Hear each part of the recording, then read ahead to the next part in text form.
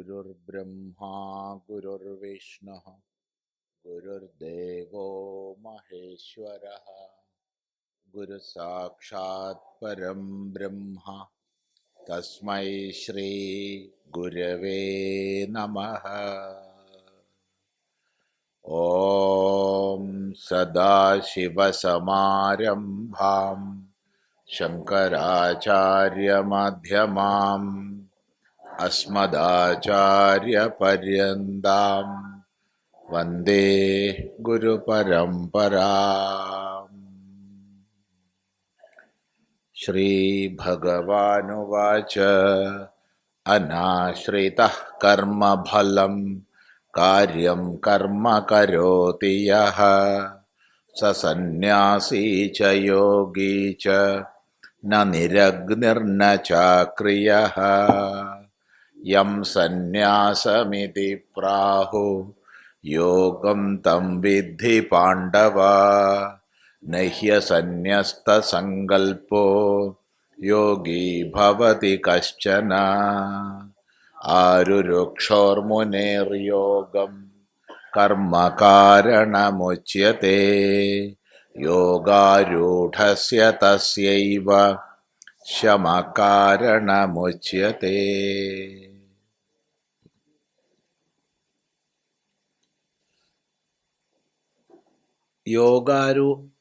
രുക്ഷുവിന് ആരുരുക്ഷു ആരോഹണം ചെയ്യാൻ ഇച്ഛിക്കുന്നവന് സ്വന്തം കർത്തവ്യങ്ങളെ ഫലകാമനയില്ലാതെ അഥവാ ഈശ്വരാർപ്പണ ഭാവത്തിൽ, അതൊരു ഉപായമാണ്, അനുഷ്ഠിക്കുന്നതാണ് സാധനം.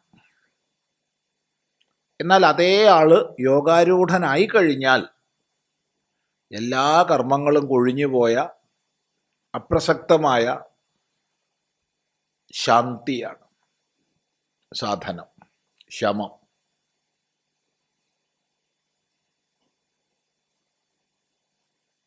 അപ്പൊ എന്താണ് യോഗാരൂഢ സ്ഥിതി?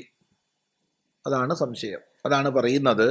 അഥ ഇദാനീം കഥാ യോഗാരൂഢോ ഭവതി ഇതി ഉച്യതേ. അഥ ഇദാനീം കഥാ യോഗാരൂഢഃ ഭവതി ഇതി ഉച്യതേ. അഥ അനന്തരം. അനന്തരം എന്ന് പറഞ്ഞാൽ അപ്പം നമ്മുടെ ചർച്ചയിൽ അടുത്തതായിട്ട് കഥാ യോഗാരൂഢോ ഭവതി. കഥാ എപ്പോഴാണ് ഒരാൾ യോഗാരൂഢനാകുന്നത്? ഒരാളെ എപ്പോൾ നമുക്ക് യോഗാരൂഢൻ എന്ന് പറയാൻ പറ്റും?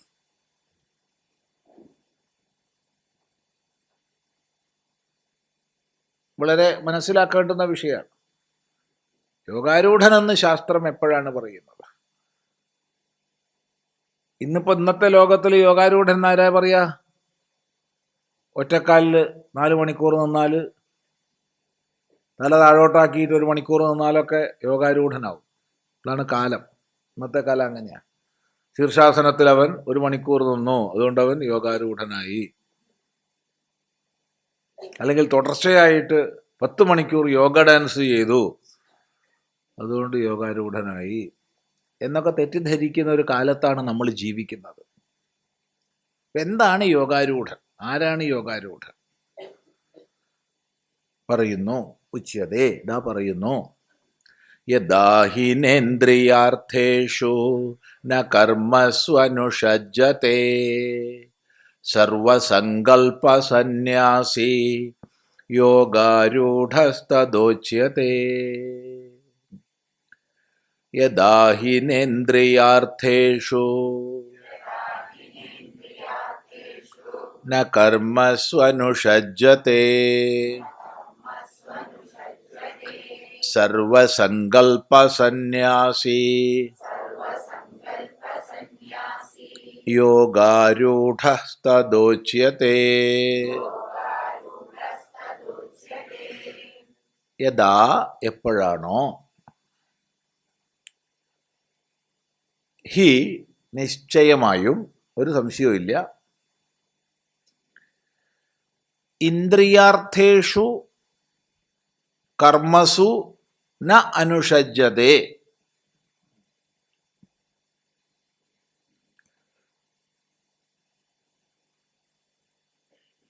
ഇന്ദ്രിയാർത്ഥങ്ങളായ കർമ്മങ്ങളിൽ ന അനുഷജ്യതേ. അനുഷംഗം എന്ന് പറഞ്ഞാൽ ഒട്ടിച്ചേരലാണ്.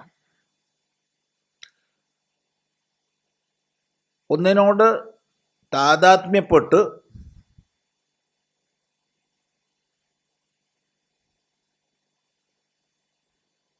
ഒരു വിഷയത്തെ നമ്മൾ കണ്ടു, അല്ലെങ്കിൽ കേട്ടു, അല്ലെങ്കിൽ രുചിച്ചു, അല്ലെങ്കിൽ മണത്തു, അല്ലെങ്കിൽ സ്പർശിച്ചു,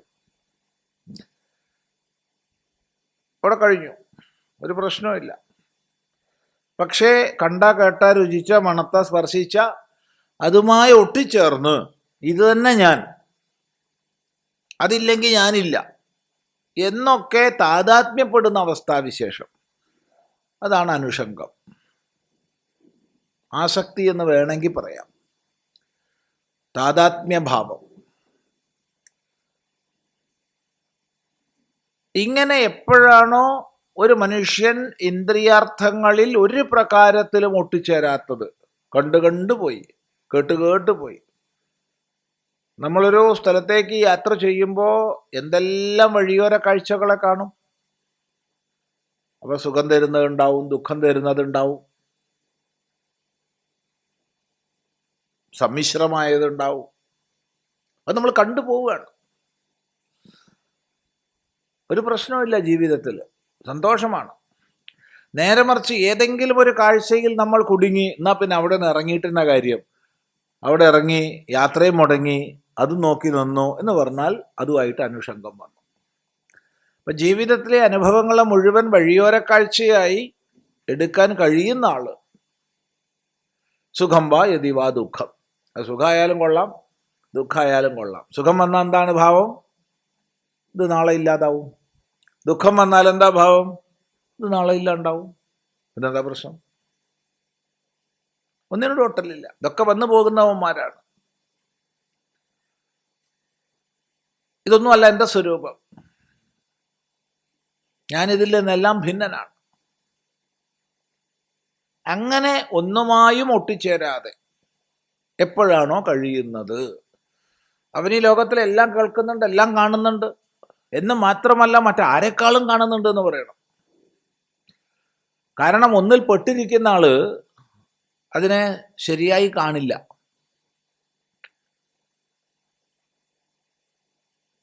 ഏതെങ്കിലും ഒന്നിനെ നമ്മൾ ശത്രുവായി മുദ്ര കുത്തിയാൽ ഇല്ലാത്ത ദോഷങ്ങളൊക്കെ നമ്മൾ അയാളിൽ അധ്യാരോപിക്കും. ഏതെങ്കിലും ഒന്നിനെ നമ്മൾ മിത്രമായി അധ്യാരോപിച്ചാൽ ഉള്ള ഗുണങ്ങളൊക്കെ നമ്മൾ അയാളിൽ അധ്യാരോപിക്കും. ഒന്നിനെ ശരിയായ രീതിയിൽ മനസ്സിലാക്കാൻ കഴിയില്ല. ശരിയായ രീതിയിൽ മനസ്സിലാക്കാൻ കഴിയില്ല. അപ്പൊ ഒന്നുമായും ഒട്ടലില്ലാതെ എല്ലാത്തിനെയും കണ്ടറിയുന്ന, എല്ലാത്തിനെയും കേട്ടറിയുന്ന, എല്ലാത്തിനെയും രുചിച്ചറിയുന്ന, എല്ലാത്തിനെയും മണത്തറിയുന്ന, അല്ലാണ്ട് ഞാൻ കാണില്ല കേൾക്കില്ല എന്നും പറഞ്ഞിട്ട് മാറി നിൽക്കുകയല്ല. ഒന്നിനോടും അടുക്കുന്നില്ല, ഒന്നിനോടും അകലുന്നുമില്ല.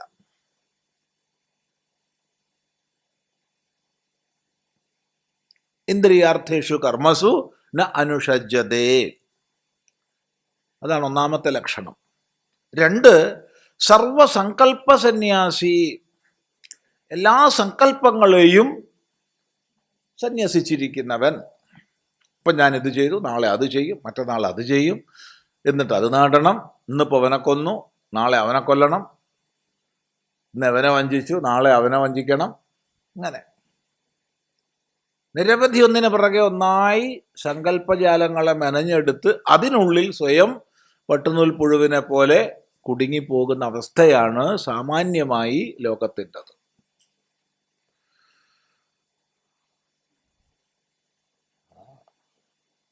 അത് ഒരു തരം സങ്കല്പത്തെ ലോകം നല്ലതെന്ന് പറയും, വേറെ തരം സങ്കല്പത്തെ ലോകം ചീത്ത എന്ന് പറയും. രണ്ടും സങ്കല്പം തന്നെയാ.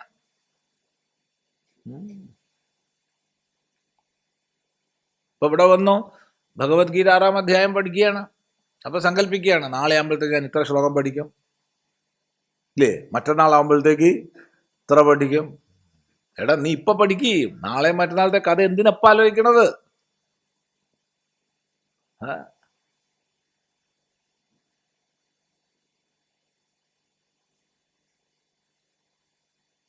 യാതൊരു സങ്കല്പങ്ങളും ഇല്ല. ഇതെനിക്ക് വേണം, കർമ്മഫല സങ്കല്പം, ഇത് ഞാൻ ചെയ്താലേ നേരെയാവൂ. ഇങ്ങനെയുള്ള യാതൊരു സങ്കല്പവും ഇല്ലാത്ത ഒരവസ്ഥയിൽ എപ്പോഴാണോ ഒരാൾ കഴിയുന്നത്, തഥാ അപ്പോൾ യോഗാരൂഢ ഉച്യതേ, അപ്പോഴാണ് അയാളെ യോഗാരൂഢൻ എന്ന് പറയുന്നത്. അപ്പൊ യോഗാരൂഢനാകുന്നത് വരെ കർമ്മം. യോഗാരൂഢനായി കഴിഞ്ഞാൽ താനേ കൊഴിഞ്ഞു പോയി, സർവ്വസങ്കല്പങ്ങളും കൊഴിഞ്ഞു കഴിഞ്ഞാൽ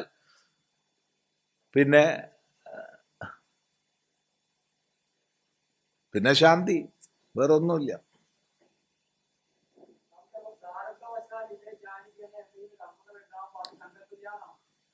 അയാൾ കർമ്മം ചെയ്തോണ്ടേയിരിക്കും. ആര് പറഞ്ഞു ചെയ്യൂല? അതിന് അനുബന്ധങ്ങൾ വെക്കുന്നില്ല. ഇതിന്റെ ഫലമായി ഇന്നത്, ഇതങ്ങനെ, അയാൾ അപ്പപ്പോ കഴിഞ്ഞു.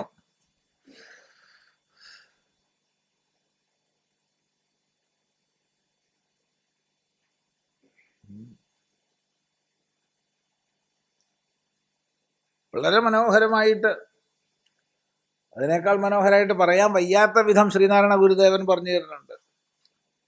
ഒന്നൊന്നായി എണ്ണി എണ്ണി തൊട്ടെണ്ണും പൊരുളൊടുങ്ങിയാൽ നിന്നിടും ദൃക്ക് പോൽ. മതി, അവിടെ മതി. ഉള്ളം അവിടെ നിൽക്കട്ടെ, നിന്നിൽ സ്പന്ദമാകണം, അതവിടെ നിൽക്കട്ടെ. ഇത്രയും ഭാഗം മതി.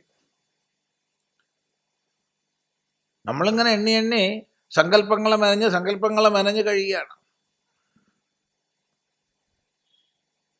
അങ്ങനെ ഉണ്ടാക്കിയ സങ്കല്പങ്ങളെ ഉള്ളിൽ സ്വയം പെടുകയാണ്.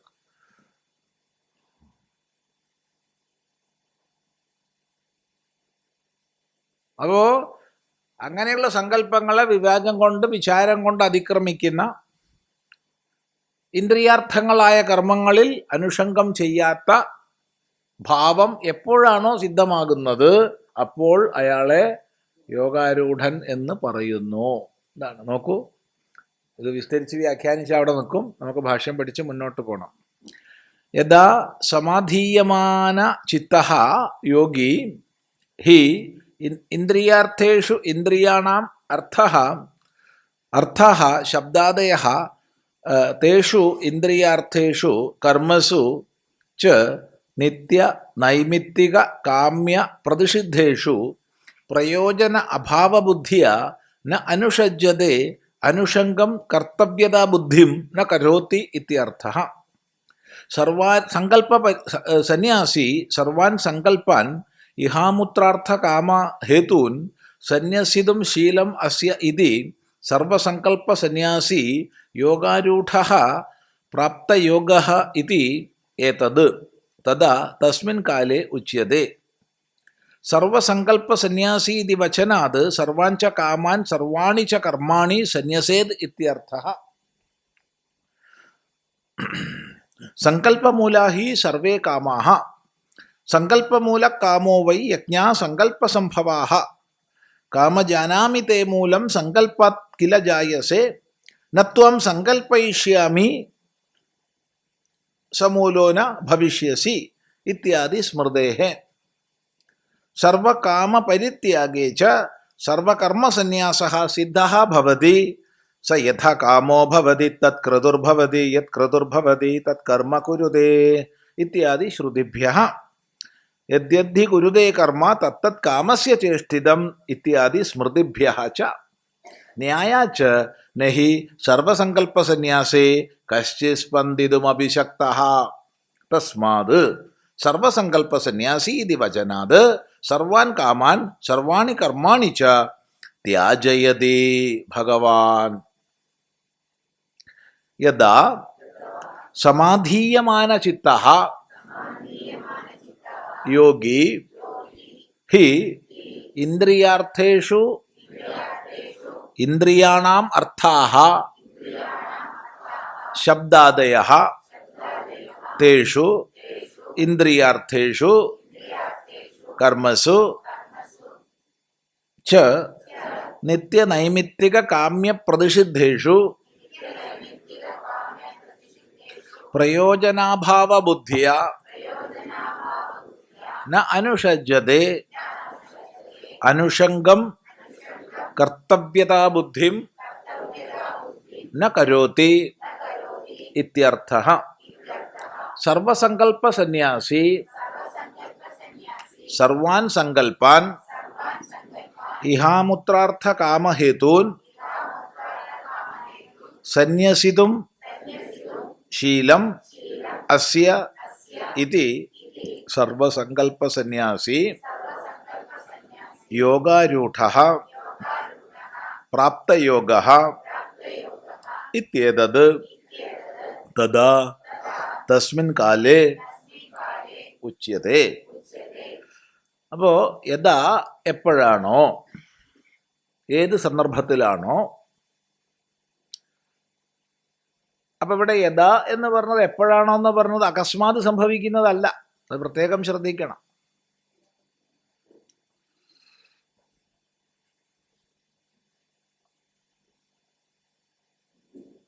അല്ലേ? നിരന്തരമായ വിചാരത്തിൻ്റെ, സാധനയുടെ, സ്വാധ്യായത്തിൻ്റെ, സൽക്കർമ്മങ്ങളുടെ എല്ലാം ഫലരൂപമായിട്ടാണ്. അത് പ്രത്യേകം ശ്രദ്ധിക്കേണ്ടതാണ്. അല്ലാതെ യഥാന്ന് പറഞ്ഞാൽ വടക്കേലെ ഗോവിന്ദന് നടന്നു പോകുമ്പോൾ ഒരു സ്വർണം കിട്ടിയിട്ടുണ്ട്,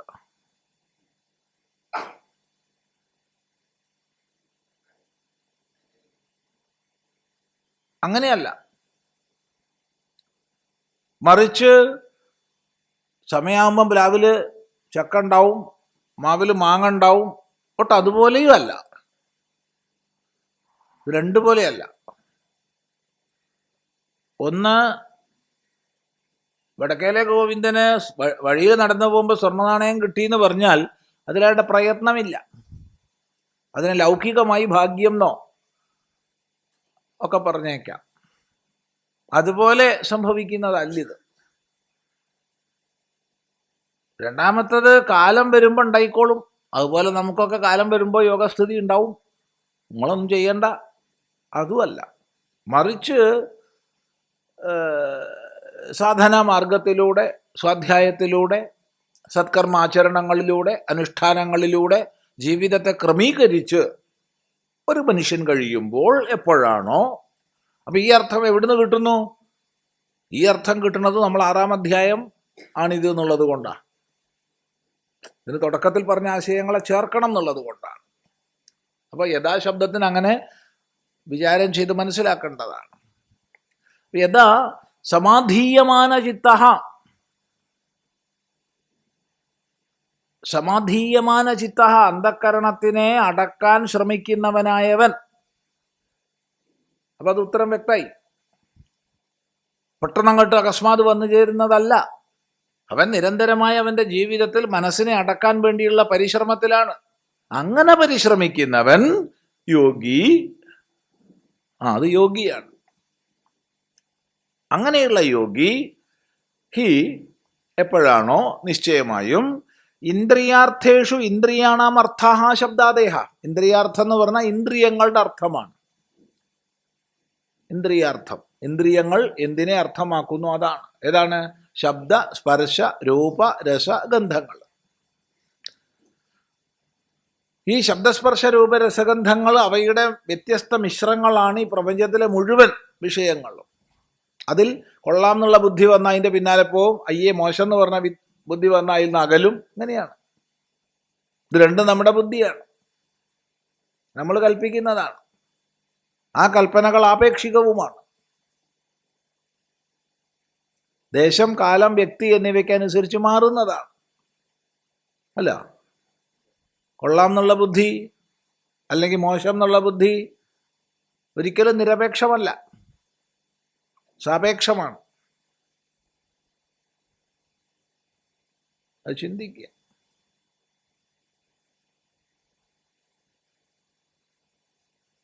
നിരപേക്ഷമായിട്ട് നല്ലതെന്നോ ചീത്തയെന്നോ ഇല്ല.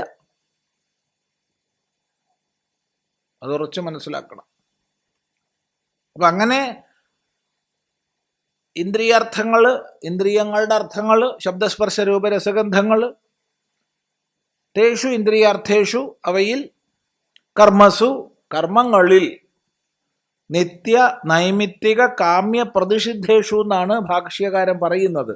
എന്തുകൊണ്ടാണ് അങ്ങനെ പറഞ്ഞതെന്ന് അറിയില്ല. നിത്യ നൈമിത്തിക കാമ്യ പ്രായശ്ചിത്തേഷു എന്നാണ് സുഖം. എന്തുകൊണ്ടെന്നാൽ പ്രതിഷിദ്ധം കർമ്മമല്ല, പ്രതിഷിദ്ധം വികർമ്മമാണ്. അപ്പൊ പ്രതിഷിദ്ധം വികർമ്മമായതുകൊണ്ട് 4 ലൗകികമായിട്ട് പ്രതിഷിദ്ധം എന്ന് പറയാറുണ്ട്. പ്രതിഷിദ്ധ കർമ്മം ചെയ്തു എന്നൊക്കെ പറയാറുണ്ട് ലൗകികമായിട്ട്. ഒരു ലൗകിക ഭാഷ ഉപയോഗിച്ചു എന്ന് കൂട്ടിയാൽ മതി. മനസ്സിലായില്ല പറഞ്ഞ? ഭാഷ്യകാരൻ ഒരു ലൗകിക ഭാഷ ഉപയോഗിച്ചു എന്നാണ് കൂട്ടിയാൽ മതി. അല്ലാതെ അവിടെ പ്രതിഷിദ്ധം എന്നുള്ളത് പറയാൻ പാടില്ല. കാരണം പ്രതിഷിദ്ധം എന്ന് പറഞ്ഞാൽ കർമ്മമല്ല, വികർമ്മമാണ്. അപ്പൊ കർമ്മങ്ങൾ നിത്യ നൈമിത്തിക കാമ്യ പ്രായശ്ചിത്ത രൂപങ്ങളാണ്. പ്രതിഷിദ്ധം വിലക്കപ്പെട്ടതാണ്. വിലക്കപ്പെട്ടത് ഒരിക്കലും കർമ്മമല്ല, അത് വികർമ്മമാണ്. ശരി. അപ്പോൾ നിത്യങ്ങൾ നമ്മൾ പറഞ്ഞിട്ടുണ്ട്. നിത്യവും ചെയ്യേണ്ടുന്നത് ഒരു കാരണവശാൽ ഒഴിവാക്കാൻ വയ്യാത്തത്. നൈമിത്തികം നിമിത്തവശാൽ ചെയ്യേണ്ടത്. കാമ്യം കാമനാപൂരണത്തിന് ചെയ്യേണ്ടത്. പ്രായശ്ചിത്തം അപരാധ പരിഹാരാർത്ഥം ചെയ്യേണ്ടത്. ഇങ്ങനെയുള്ള 4 വിധ വൈദിക കർമ്മങ്ങളിലും പ്രയോജനാഭാവ ബുദ്ധിയ, പ്രയോജനാഭാവം ഉറച്ചു. അതുകൊണ്ട് നിത്യവും ഇല്ല, നൈമിത്തികവും ഇല്ല, കാമ്യവും ഇല്ല, പ്രായശ്ചിത്തവും ഇല്ല. എല്ലാം കൊഴിഞ്ഞുപോയി. ആത്മാരാമനായിരിക്കുകയാണ് ആനന്ദത്തിൽ. അയാളെ സംബന്ധിച്ച് കർത്തവ്യവും ഇല്ല, അകർത്തവ്യവും ഇല്ല. തസ്യ കാര്യം ന വിദ്യതേ എന്ന് ഭഗവാൻ തന്നെ വ്യക്തമായി പറയുന്നുണ്ട്. അവന് കാര്യമില്ല, കർത്തവ്യമില്ല. പ്രയോജനാഭാവ ബുദ്ധിയ. നമ്മളൊരു ഒരു ഒരു പണി എടുക്കാൻ പോണത് പ്രയോജന ബുദ്ധി കൊണ്ടാണ്. അതിൽ നിന്ന് പ്രയോജനം നേടണം എന്നുള്ള ചിന്തയിൽ നിന്നാണ് നമ്മൾ പണിയെടുക്കുന്നത്. വെള്ളം കുടിക്കുന്നു, പ്രയോജന ബുദ്ധിയുണ്ട്. എന്താ പ്രയോജന ബുദ്ധി? ദാഹം മാറുക. ഭക്ഷണം കഴിക്കുന്നു, പ്രയോജന ബുദ്ധിയുണ്ട്. പൂജ ചെയ്യുന്നു, പ്രയോജന ബുദ്ധിയുണ്ട്, ഇന്നതിനായിക്കൊണ്ട്. യാഗം ചെയ്യുന്നു, പ്രയോജന ബുദ്ധിയുണ്ട്. ഈ പ്രയോജന ബുദ്ധി താനെ കൊഴിഞ്ഞുപോയി. എന്ത് പ്രയോജനം? ഞാൻ പൂർണ്ണനാണ്, ദേശം കൊണ്ടും കാലം കൊണ്ടും ഞാൻ പൂർണ്ണനാണ്, എനിക്കൊന്നും നേടാനും ഇല്ല, ഒന്നും നഷ്ടപ്പെടാനും ഇല്ല. ആ പൂർണ്ണാത്മബോധത്തിൽ കഴിയുന്ന ആളെ സംബന്ധിച്ച് പ്രയോജനാഭാവ ബുദ്ധി വന്നു. ഒരു പ്രയോജനമില്ല. 4 നാമം ജപിച്ചൂടെ? എന്തിന്? ആരുടെ നാമം ജപിക്കണം? ഒന്ന് ധ്യാനിച്ചോളൂ സ്വാമി. ആരെ? ഒന്നുമില്ല, നാട്ടുകാരെ കാണിക്കാനായിട്ട് കീർത്തനം ചെയ്തൂടെ? ആരെ കീർത്തിക്കാൻ? പോട്ടെ, ഒരു ഗായത്രിയെങ്കിലും ചെയ്തൂടെ? സന്ധ്യാവന്ദനെങ്കിലും ചെയ്തൂടെ? സന്ധ്യ ഉണ്ടായിട്ട് വേണ്ടേ? സന്ധ്യ ഉണ്ടെങ്കിലേ സന്ധ്യാവന്ദനം ചെയ്യാം. സന്ധ്യ ഇല്ലാത്ത ആളെങ്ങനെ സന്ധ്യാവന്ദനം ചെയ്യും?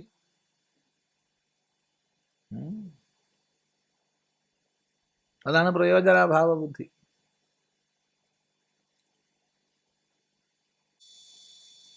അങ്ങനെ നിത്യനൈമിത്തിക കാമ്യ പ്രായശ്ചിത്തങ്ങളെ മുഴുവൻ അവയോട് യാതൊരൊട്ടലും ഇല്ലാത്തവൻ, ഓരോട്ടലുമില്ല. നനുഷജ്യതേ അനുഷംഗം കർത്തവ്യതാ ബുദ്ധിം ന കരോതി. കർത്തവ്യതാ ബുദ്ധി ഇല്ല, അത് പോയി. ഇന്നലെ വരെ ഉണ്ടായിരുന്നു, ഇതെന്റെ കർത്തവ്യമാണ്. ഇല്ല, എല്ലാം പോയി. യാതൊരു പ്രയോജന ബുദ്ധിയില്ല. ആ അവസ്ഥയിൽ സർവസങ്കല്പ സന്യാസി, സർവാൻ സങ്കല്പാൻ, എല്ലാ സങ്കല്പങ്ങളെയും അവിടെ ഭാഷ്യകാരൻ വിശദീകരിക്കുകയാണ്. ഇഹാമുത്രാർത്ഥ കാമഹേതുഭൂതാൻ. ഇഹ ഇവിടെ, അമുത്ര അവിടെ. ഇഹ എന്ന് പറഞ്ഞാൽ ഇവിടെ, അമുത്ര എന്ന് പറഞ്ഞാൽ അവിടെ. ഏതാ അവിടെ? അവിടെ. അത് തന്നെ.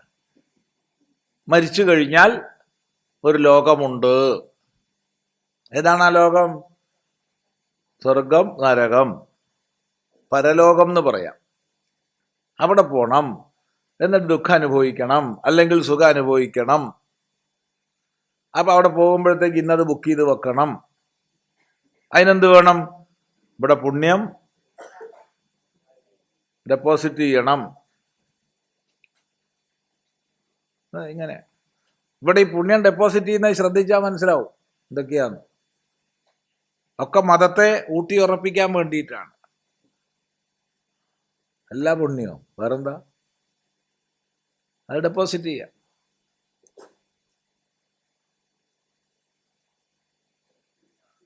പൊതുവെ പറഞ്ഞാൽ പുരോഹിതന്മാർക്ക് സുഖമായി ജീവിക്കാനുള്ള വകുപ്പ് ഉണ്ടാക്കി കൊടുക്കുക.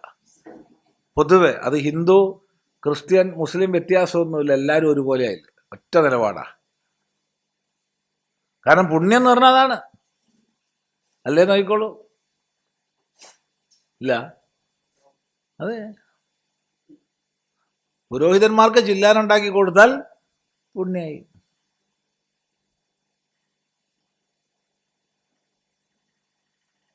അപ്പം നിങ്ങൾക്ക് സ്വർഗം ഉറപ്പ്. പിന്നെ സ്വർഗത്തിൻ്റെ ഗ്രേഡുകളുണ്ട്, പല ഗ്രേഡുകൾ. ഉയർന്ന സ്വർഗം, അതിനേക്കാൾ ഉയർന്നത്, അതിനേക്കാൾ ഉയർന്നത്, ഇങ്ങനെ അവിടെ പോയി അത് കിട്ടും, ഇത് കിട്ടും, ഇങ്ങനെയുള്ള സങ്കല്പങ്ങൾ. അപ്പം ഈ ലോകത്തിന് വേണ്ടിയും പരലോകത്തിന് വേണ്ടിയും അവിടെയുള്ള കാമങ്ങളെ അത് പ്രത്യേകം ശ്രദ്ധിക്കണം. അവിടെയുള്ള ദുഃഖങ്ങളെ നേടാൻ വേണ്ടിയിട്ട് ആരും പരിശ്രമിക്കുന്നില്ല. നീ എന്തിനാ സ്വാമി പൂജ ചെയ്യണത്? ഞാൻ ചെയ്തുകൊണ്ടിരിക്കുകയാണ്. എന്തിനാണ്? സ്വർഗത്തിലെ സുഖങ്ങൾ കിട്ടാനാണ്, അല്ലാണ്ട് നരകത്തിലെ ദുഃഖം കിട്ടാനാന്ന് പറയുമോ? ഇല്ലല്ലോ. അപ്പോ സുഖം നേടാനാണ് പരിശ്രമിക്കുന്നത്. എന്തിനതൊക്കെ നാമം ജപിച്ചിരിക്കണം? എന്തിനാണ്? ഞാൻ നരകത്തിൽ പോയിട്ട് അവിടെ തിളയ്ക്കണ ഇതുണ്ട്, അത്ര എന്താ എണ്ണ, അല്ലെങ്കിൽ നല്ല കനല് പോലെ പതച്ച് കിടക്കുന്ന സ്ത്രീ വിഗ്രഹമുണ്ട്, അതിനെ കെട്ടിപ്പിടിക്കാനാണ്. അല്ലെങ്കിൽ കഫവും ശലവും ചേർന്ന ഒരു തടാകമുണ്ട്, അതിൽ നീന്തി തുടിക്കാനാണ് എന്നൊക്കെ ആരെങ്കിലും പറയുമോ? ഇതിനേക്കാളൊക്കെ ഭീകരന്മാരുണ്ട്, തലനാരിൻ്റെ മുകളിൽ കൂടെ നടക്കണമെന്നാണ്. ഇതൊക്കെ ഇങ്ങനെ ചമൽക്കാരപൂർവ്വം പറയണത് കേട്ടാൽ വിചാരിക്കും അവനെ കണ്ടുവരിക. എന്നിട്ട് ഇതും കേട്ട് പാവങ്ങൾ ഇങ്ങനെ ഇരിക്കും പേടിച്ചിട്ട്.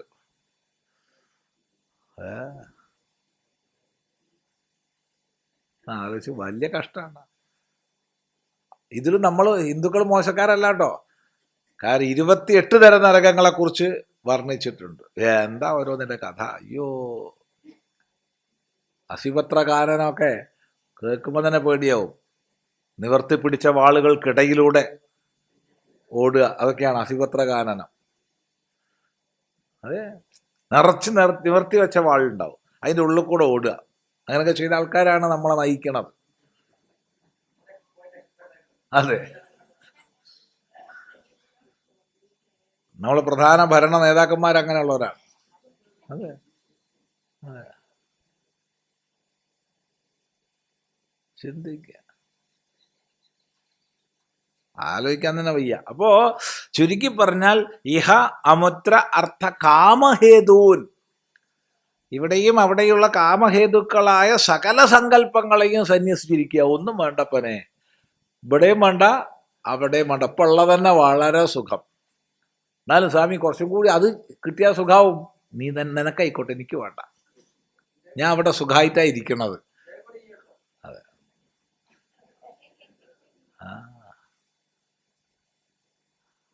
അങ്ങനെയുള്ള എല്ലാത്തിനെയും സന്യസിച്ചിരിക്കുന്നവൻ ആരോ അവനാണ് യോഗാരൂഢ, പ്രാപ്തയോഗ, യോഗത്തെ പ്രാപിച്ചവൻ. ഇത്യേതത് തഥാ തസ്മിൻ കാലേ ഉച്യതേ, അപ്പോൾ പറയുന്നു, അപ്പോൾ അവനെ യോഗാരൂഢൻ എന്ന് പറയുന്നു. സർവസങ്കല്പ സന്യാസി ഇതി വചനാത് സർവാൻച കാമാൻ സർവാണി ച കർമാണി സന്യസേത് ഇത്യർത്ഥഃ. സർവസങ്കല്പ സന്യാസി എന്ന് പറഞ്ഞതുകൊണ്ട്, എന്ന പ്രയോഗം കൊണ്ട് എന്താ അർത്ഥാക്കണത്? നിങ്ങൾ എല്ലാ സങ്കല്പങ്ങളെയും എല്ലാ കർമ്മങ്ങളെയും സന്യസിച്ചോളൂ എന്നാണ് അർത്ഥം. സർവസങ്കല്പങ്ങളെയും സർവകർമ്മങ്ങളെയും സന്യസിച്ചോളൂ. എന്തിന്? ഈ യോഗാരൂഢനാവണമെങ്കിൽ. ഇത്രയേ ഉള്ളൂ. ഇല്ലെങ്കിൽ വേണ്ട. എനിക്ക് യോഗാരൂഢനാവണ്ട, വേണ്ട, ആരും നിർബന്ധിക്കണമൊന്നുമില്ലല്ലോ. പക്ഷെ യോഗാരൂഢനാവണമെങ്കിൽ ഇതേ വഴിയുള്ളൂ. സർവസങ്കല്പങ്ങളെയും സർവകർമ്മങ്ങളെയും സന്യസിച്ചോളൂ. എന്തുകൊണ്ട്? സങ്കല്പമൂല ഹി സർവേ കാമാഹ. സങ്കല്പമൂല കാമോ വൈ യജ്ഞാ സങ്കല്പസംഭവാഹ. കാമജാനാമി തേ മൂലം സങ്കല്പാത് കില ജായസേ. നത്വാം സങ്കല്പയിഷ്യാമി സമൂലോ ന ഭവിഷ്യസി ഇത്യാദി സ്മൃതേഃ. സർവകാമപരിത്യാഗേ ച സർവകർമ്മസന്യാസഃ സിദ്ധഃ ഭവതി. സ യഥാ കാമോ ഭവതി തത്ക്രതുർഭവതി. യത്ക്രതുർഭവതി തത്കർമ്മ കുരുതേ ഇത്യാദി ശ്രുതിഭ്യഃ. യദ്യദ്ധി കുരുതേ കർമ്മ തത്തത് കാമസ്യ ചേഷ്ടിതം ഇത്യാദി സ്മൃതിഭ്യഃ ച. ന്യായാദി ച നഹി സർവസങ്കല്പസന്യാസേ കശ്ചിത് സ്പന്ദിതുമപി ശക്തഃ. തസ്മാത് സർവസങ്കല്പസന്യാസി ഇതി വചനാത് സർവാൻ കാമാൻ സർവാണി കർമാണി ച ത്യാജയതി ഭഗവാൻ. അപ്പൊ പറയാണ് സർവസങ്കല്പ സന്യാസി എന്ന് എന്തുകൊണ്ട് പറഞ്ഞു? അപ്പൊ പറയുന്നു സങ്കല്പത്തിൽ നിന്നാണ് എല്ലാ കാമങ്ങളും ഉണ്ടാവുന്നത്, കാമത്തിൽ നിന്നാണ് കർമ്മങ്ങൾ ഉണ്ടാവുന്നത്. അപ്പൊ അവിടെ ക്രമം എന്താണ്? സങ്കല്പം, സങ്കല്പത്തിൽ നിന്ന് കാമം, കാമത്തിൽ നിന്ന് കർമ്മം.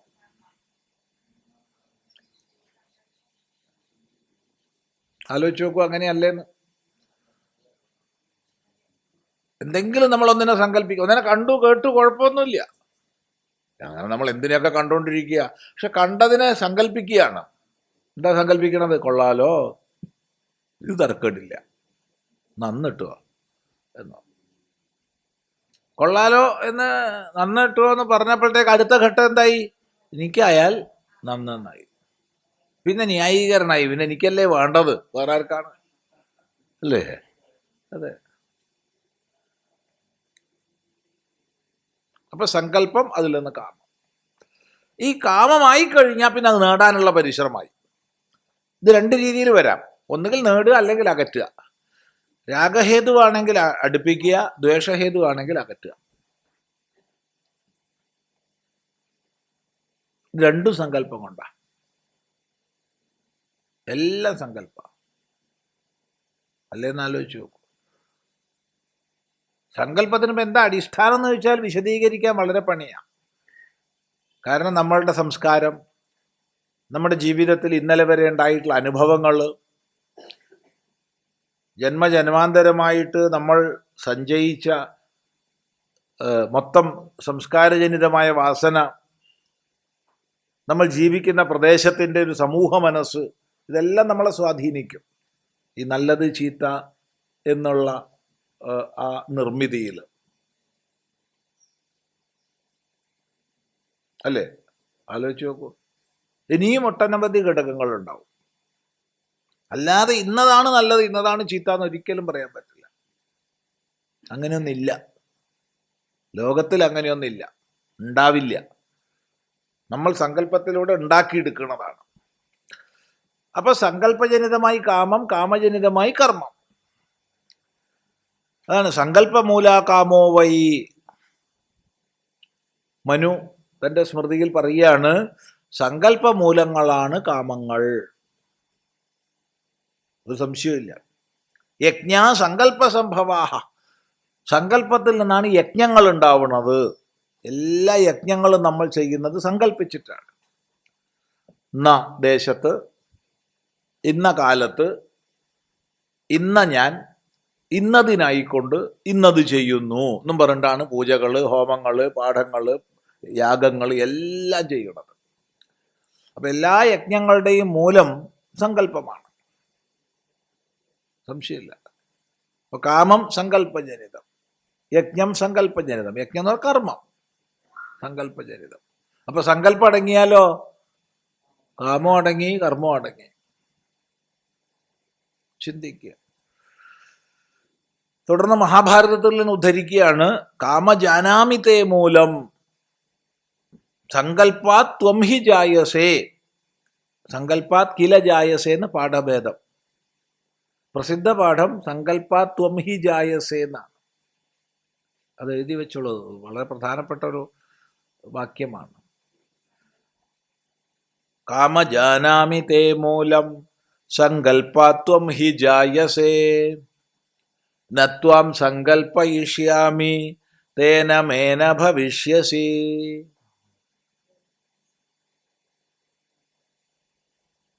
ഇത് ഭംഗിഗീതയിലെ പ്രസിദ്ധമായ വാക്യമാണ്.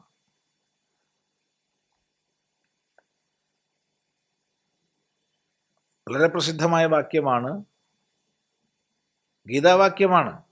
ഏത് ഗീത?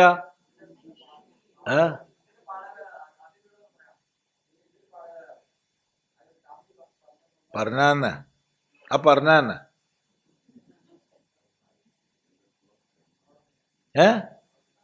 അല്ലാതെ ഇവിടെ രണ്ട് പാഠം പറയാം.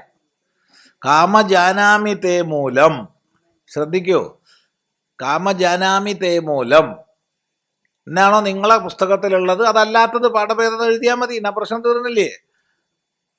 സങ്കല്പാത് കില ജായസേ. മറ്റൊരു പാഠം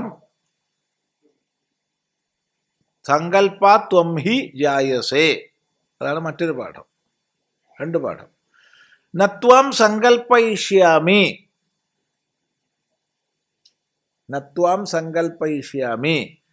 ഇനി ഒരു പാഠം സമൂലോ ന ഭവിഷ്യസി, സമൂലോ ന ഭവിഷ്യസി. മറ്റൊരു പാഠം തേന മേ ന ഭവിഷ്യസി. രണ്ട് പാഠമുണ്ട്.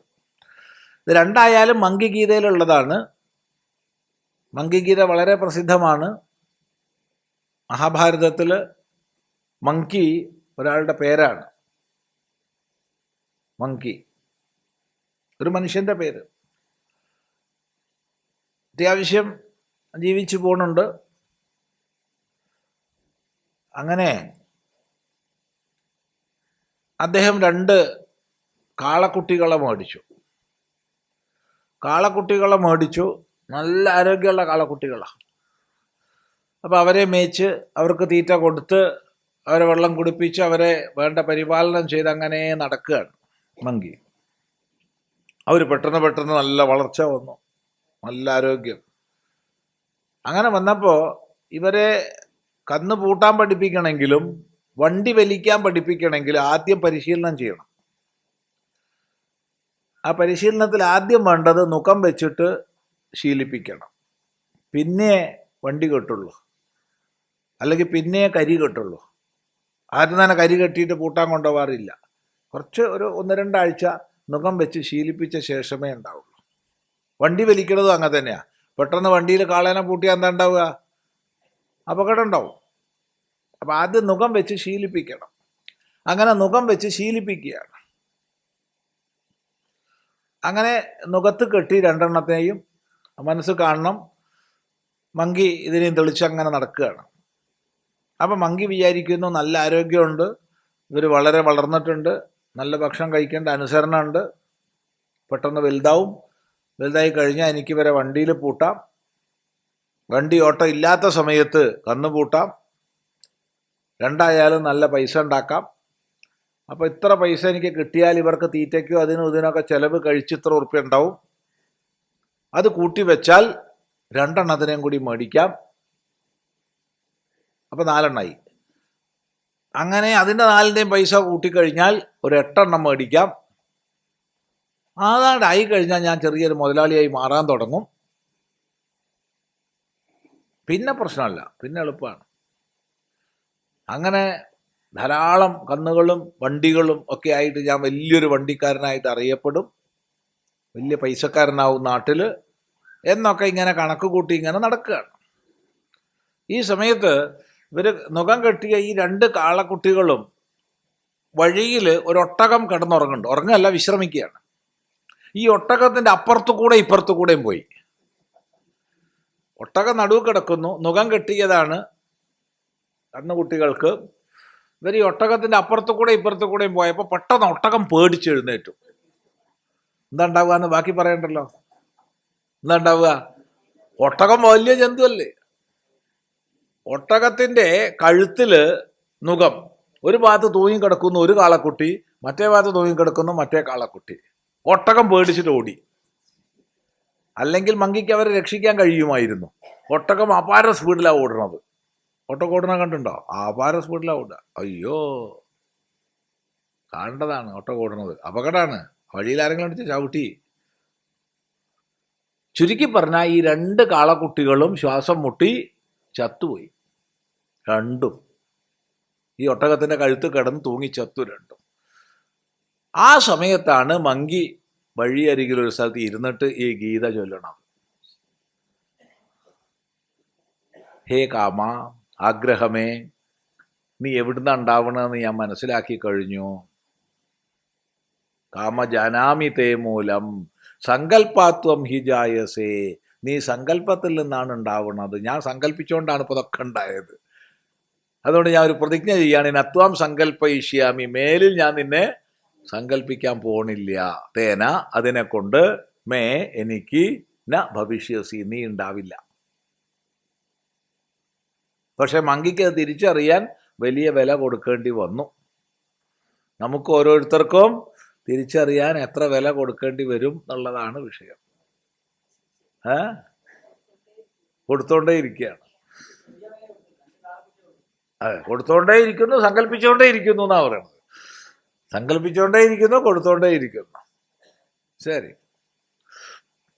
ഇത്യാദി സ്മൃതേഹേ, ഇത് മഹാഭാരതത്തിലെ വളരെ പ്രധാനപ്പെട്ട ഒരു ഭാഗമാണ്. വനപർവത്തിൽ മങ്കിഗീത. ഗീതകൾ കുറേ ഉണ്ട് കേട്ടോ, ഭഗവത്ഗീത മാത്രമൊന്നുമല്ല, ഒട്ടനവധി ഗീതകളുണ്ട്. അതിലൊരു ഗീതയാണ് മങ്കിഗീത. ശരി. സർവകാമ പരിത്യാഗേച്ച സർവകർമ്മ സന്യാസ സിദ്ധ ഭവതി. എല്ലാ കാമങ്ങളും പരിത്യജിക്കപ്പെട്ടാൽ എല്ലാ കർമ്മങ്ങളും സന്യസിക്കപ്പെടുന്നതാകുന്നു. അത് പറയേണ്ടതില്ല. കാരണം കാമം കൊണ്ടാണ് കർമ്മം ചെയ്യുന്നത്. ആൾക്കാർ പിന്നെ വെറുതെ പറയും, എനിക്ക് ആഗ്രഹമൊന്നുമില്ല, ഞാൻ കർമ്മം ചെയ്യുന്നു എന്നേ ഉള്ളൂ എന്ന് പറയും. അത് പറയണ ആൾക്കും അറിയാം, കേൾക്കണ ആൾക്കും അറിയാം അത് തട്ടിപ്പാന്നുള്ളത്.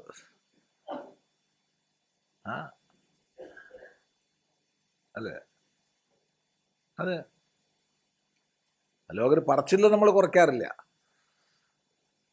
കാരണം ആദ്യം തന്നെ കാമം എന്തോ ഒരു മോശമെന്ന് ആദ്യം മനസ്സിലാക്കി വെച്ചിട്ടുണ്ട്. അവിടെയാ കുഴപ്പം. കാമത്തിന് എന്താ മോശം?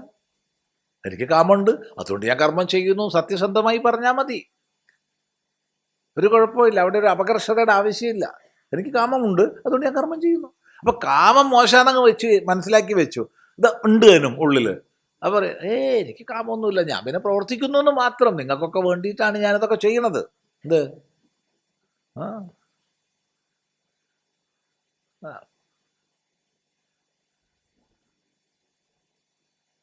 അതുകൊണ്ട് കാമമൂലമാണ് കർമ്മം.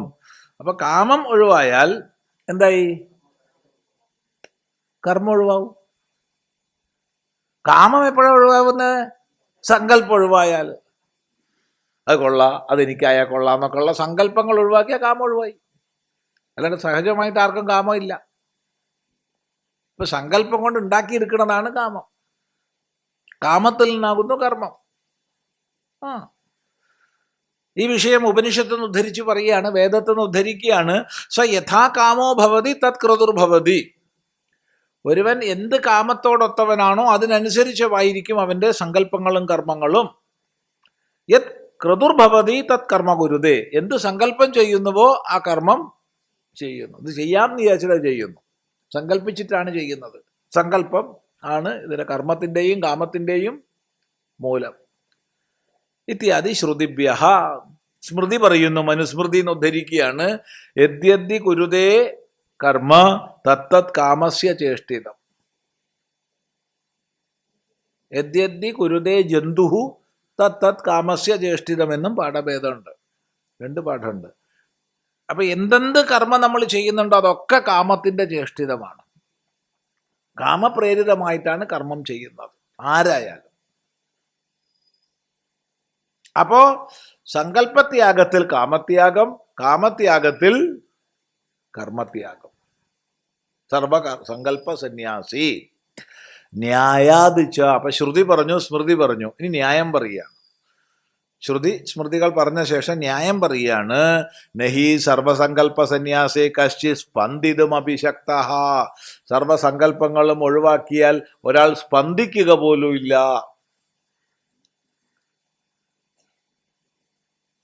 ശരിയല്ലേ? നോക്കൂ, നമ്മൾ നേരെ തിരിച്ചാ മനസ്സിലാക്കുന്നത്.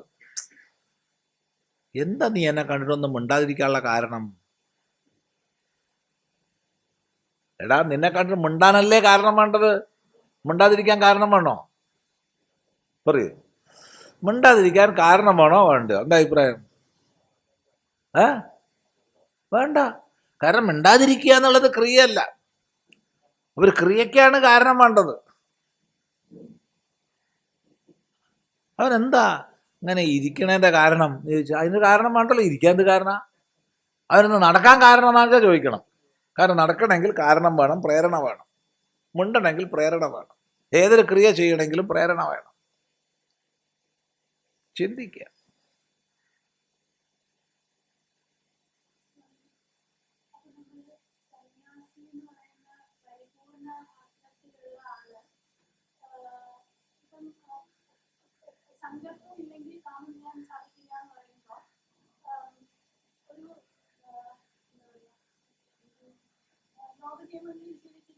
അതെ. ആ ആ അങ്ങനെ പറയാൻ പറ്റില്ല. ചോദ്യം ബാക്കിലുള്ളവർ കേട്ടോന്നറിയില്ല. അതായത് ഈ ഒരു സിദ്ധാന്തം അനുസരിച്ച് പാരമാർത്ഥികമായ സന്യാസം അവധൂതാവസ്ഥ മാത്രമാണോ എന്നാണ് ചോദ്യം. അങ്ങനെ പറയാൻ പറ്റില്ല. അത് നമ്മൾ വേറൊരു പ്രകരണത്തിൽ ചിന്തിക്കേണ്ടതാണ്. അതായത് തത്വവിജ്ഞാനിക്ക് സാധ്യമാകുന്നത് 2 മാർഗങ്ങളാണ്. ഒന്ന് ലോകം മര്യാദയെ സ്വീകരിക്കുക, 2 ലോകമര്യാദയെ സ്വീകരിക്കാതിരിക്കുക. 2 സാധിക്കും. നമ്മൾ കൊച്ചുകുട്ടിയുടെ കൂടെ കുട്ടിയായി കളിക്കും. കുട്ടിയെപ്പോലെ കളിക്കരുത്. കുട്ടിയെപ്പോലെ കളിച്ചാൽ അവർക്ക് ഒരിക്കലും ആസ്വാദ്യത ഉണ്ടാവില്ല. കുട്ടിയായി കളിക്കണം. പക്ഷെ കുട്ടിയായി കളിക്കുമ്പോഴും നമ്മൾ കുട്ടിയല്ല, നമ്മൾ വേറിട്ട് തന്നെയാണ്. ആ കുട്ടിയായിട്ടുള്ള കളി കഴിഞ്ഞാൽ നമ്മൾ പിന്നെ കുട്ടിയല്ലാണ്ടായി. ഇത്രയേ ഉള്ളൂ.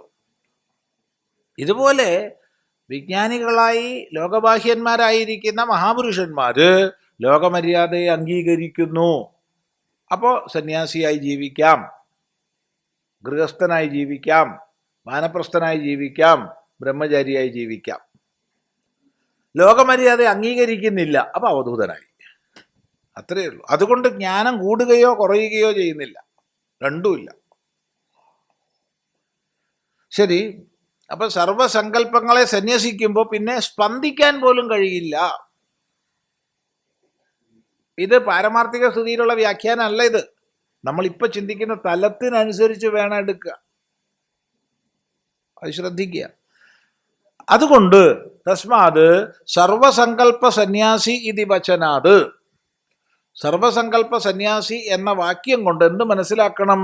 സർവാൻ കാമാൻ സർവാണി കർമാണി ച, സർവകാമങ്ങളെയും സർവകർമ്മങ്ങളെയും ത്യാജയതി ഭഗവാൻ, ത്യജിപ്പിക്കുന്നു ഭഗവാൻ. ത്യാജയതി, ഉപേക്ഷിപ്പിക്കുന്നു ഭഗവാൻ. ഉപേക്ഷിക്കല്ല, ഉപേക്ഷിപ്പിക്കുന്നു. എന്തിന്? യോഗാരൂഢ സ്ഥിതി വേണമെങ്കിൽ. വേണ്ടേ? വേണ്ട. എന്താ? ആര് ചെയ്യും? സന്യാസി നോക്കൂ, തത്വവിജ്ഞാനിയായ സന്യാസി ഏത് നിലവാരം സ്വീകരിക്കണം എന്നുള്ളത് അയാൾക്ക് അധീനമാണ്. അതിവിടെ ഇരുന്ന് ചിന്തിക്കണ്ട, ആ സ്ഥിതിയിൽ എത്തിയിട്ട് മനസ്സിലാക്കുക. അല്ലാണ്ട് എന്താ പറയുക? കാരണം അവിടെ സാധ്യമാകുന്ന രണ്ട് മാർഗങ്ങളാണത്. തത്വവിജ്ഞാനിയെ സംബന്ധിച്ച് സാധ്യമാകുന്ന രണ്ട് മാർഗങ്ങളാണ് ലോകമര്യാദയെ അംഗീകരിക്കുക, അംഗീകരിക്കാതിരിക്കുക. അയാൾ കുട്ടികളുടെ കൂട്ടത്തിൽ കുട്ടിയായിരിക്കും, വൃദ്ധരുടെ കൂട്ടത്തിൽ വൃദ്ധനായിരിക്കും. കാരണം താനിതൊന്നുമല്ല.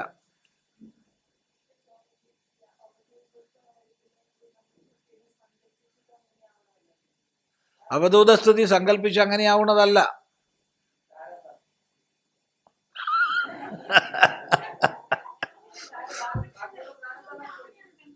ഒരു കൺഫ്യൂഷൻ ആവശ്യമില്ല.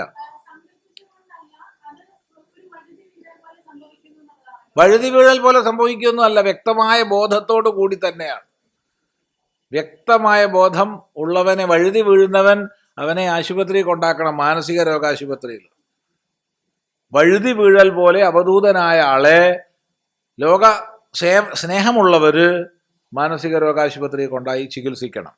വഴുതി വീഴലൊന്നുമല്ല, വ്യക്തമായ അറിവാണ്. ഇപ്പൊ ഈ പ്രകരണത്തിൽ ഇതൊന്നും ആവശ്യമില്ല. ഈ പ്രകരണത്തിൽ 6-ാം അധ്യായത്തിൽ ഈ ചർച്ചയിലേക്കേ നമ്മൾ പോണ്ട. അത് 4-ാം അധ്യായത്തിൽ ചർച്ച ചെയ്യാം, 5-ാം അധ്യായത്തിൽ ചർച്ച ചെയ്യാം, ഇനി 9-ാം അധ്യായത്തിൽ ചർച്ച ചെയ്യാം. ഇവിടെ ഇത് വേറെ തന്നെ പ്രകരണമാണ്. ചോദ്യത്തിന് വിരോധമില്ല, അത് സംശയ നിവാരണ സമയത്തേക്ക് വെച്ചോളൂ. ഇപ്പൊ അതിൻ്റെ ഇത് മാറിപ്പോവും, തലം മാറും. കാരണം ഇപ്പം നമ്മൾ പോസ്റ്റ് ഗ്രാജുവേറ്റ് ക്ലാസ്സിലുള്ളത് ചർച്ച ചെയ്താൽ ഹൈസ്കൂൾ മുന്നോട്ട് പോവില്ല. ഇതിപ്പോൾ ഹൈസ്കൂളാണ്, 6-ാം ക്ലാസ്, 6-ാം അധ്യായം.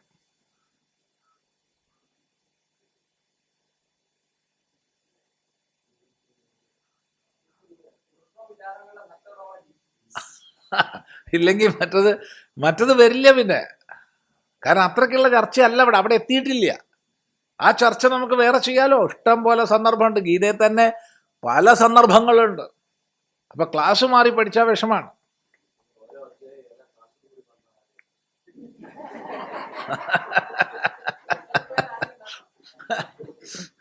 ഈ അധ്യായത്തിൽ തന്നെ എല്ലാം ഉണ്ട്, 6-ാം അധ്യായത്തിൽ എല്ലാം ഉണ്ട്. LP സ്കൂളും ഉണ്ട്, UP സ്കൂളും ഉണ്ട്, ഹൈസ്കൂളും ഉണ്ട്, പോസ്റ്റ് ഗ്രാജുവേഷനും ഉണ്ട്, അതിന് മുകളിലുള്ളതുണ്ട്, എല്ലാം ഉണ്ട്. 6-ാം അധ്യായത്തിൽ തന്നെ ഉണ്ട്. നമുക്ക് ക്രമമായി പോവാം. പഠനം ക്രമമായിട്ടല്ലേ, അക്രമമായിട്ടല്ലല്ലോ. അപ്പൊ ശരിയാവും. ഓം ഗുരുർബ്രഹ്മ ഗുരുർവിഷ്ണു ഗുരുർദേവോ മഹേശ്വരഃ ഗുരു സാക്ഷാത് പരം ബ്രഹ്മ തസ്മൈ ശ്രീ ഗുരവേ നമഃ. ഓം.